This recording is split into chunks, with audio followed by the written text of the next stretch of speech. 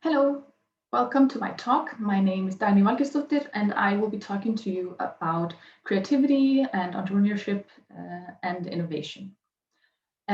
Yes, as I said, my name is Dagny, and I'm a postdoc at the Technical University of Denmark, more specifically at DTU Skylab, which is the innovation hub of the university, where a lot of creativity and entrepreneurship happens every day with our student startups and our researchers and research activities. So it's truly a spectacular place to work, especially for a creativity nerd like me. Creativity is a passion subject of mine for several years now. I did my PhD on how to enhance creativity and have been studying it ever since in a sense of how to practically apply it and how to enhance your processes and, for instance, in co-creative situations. So this is what I will be talking about today. And first, I would just like to start with an analogy that I like to make sometimes to kind of explain how I see creativity. So if you think about a windmill, and I specifically choose windmills because we are the Technical University of Denmark, who is of course famous for inventing the windmills. Anyways, so if you imagine a windmill, what is the first thing you think about?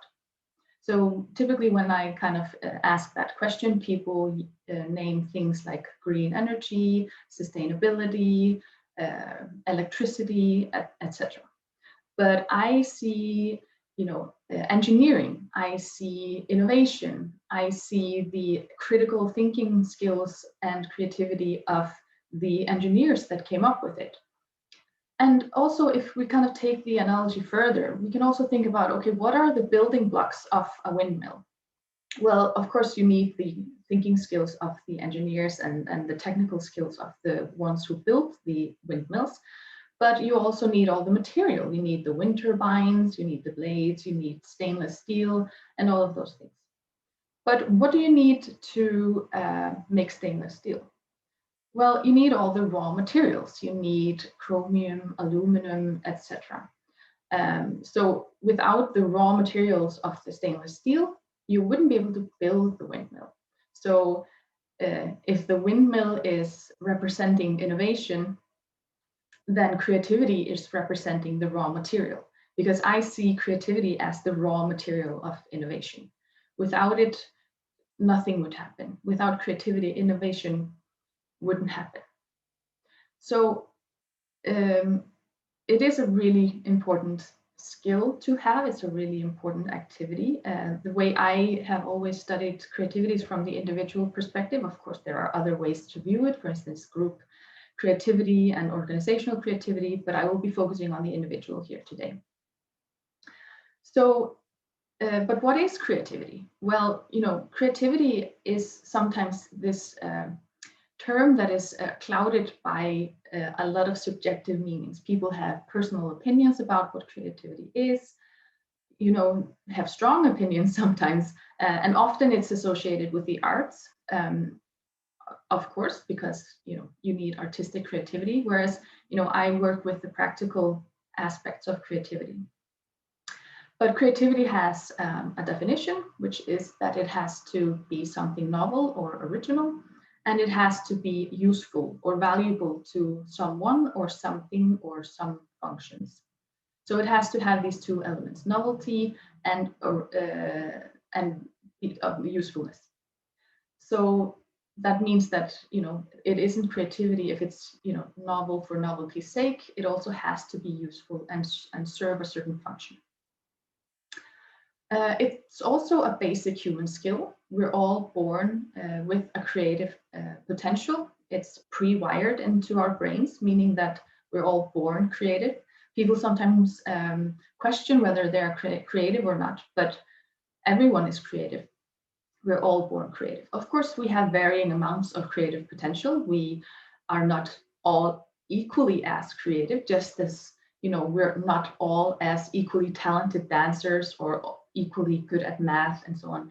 So we have varying sizes of creative potential, so to say. But nonetheless, we're all born with this creative potential. So, when we're born, you can view the creative potential as a glass full. But we go through life, we go through schools, we go through educational systems, we enter the job market, and slowly but surely our glass starts to become less and less full. So for instance, when we are in our 30s, our glass might be half full if we haven't been doing anything to enhance or train our creativity, or maintain it rather. But there are ways to make that glass half full again. No, to make it full again, of course. So that can be done by training, for instance, either through shorter training interventions or through longer training programs or educational programs even. There are also smaller activities like, trying to solve brain teasers. That's a really good activity to train your problem solving skills and your creative skills. You can also do activities such as trying to make association chains to kind of connect and come up with as many elements that are in somehow linked. So these are kind of ways to cognitively train your creative skills.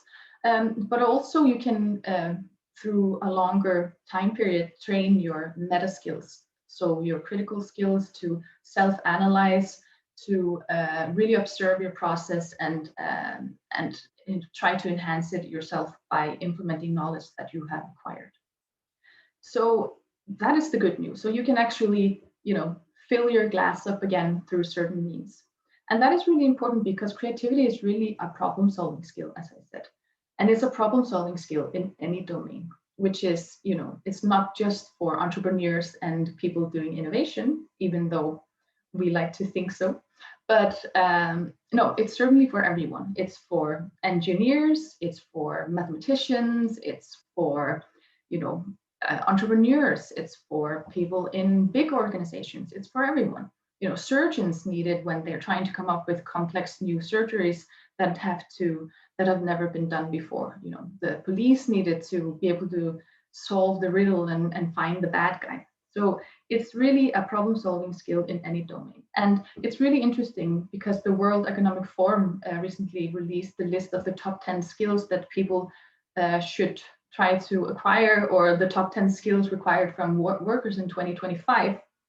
And 4 out of the top 5 are all some form of a problem-solving skill, such as analytical thinking, critical thinking, creativity, originality, and so on.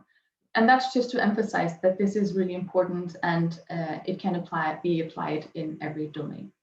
And that's also to emphasize that, practical application of creativity can be very strategic. It doesn't have to be random, as many people think. And it certainly is the key to success in any field, and certainly for entrepreneurs. Because without the bright new idea, where would all of our brilliant entrepreneurs and all of our brilliant startups come from? So that was just what I wanted to briefly tell you about creativity. I hope you enjoyed my very brief talk, and I hope you continue to enjoy your Eurotech Innovation Day. Thank you.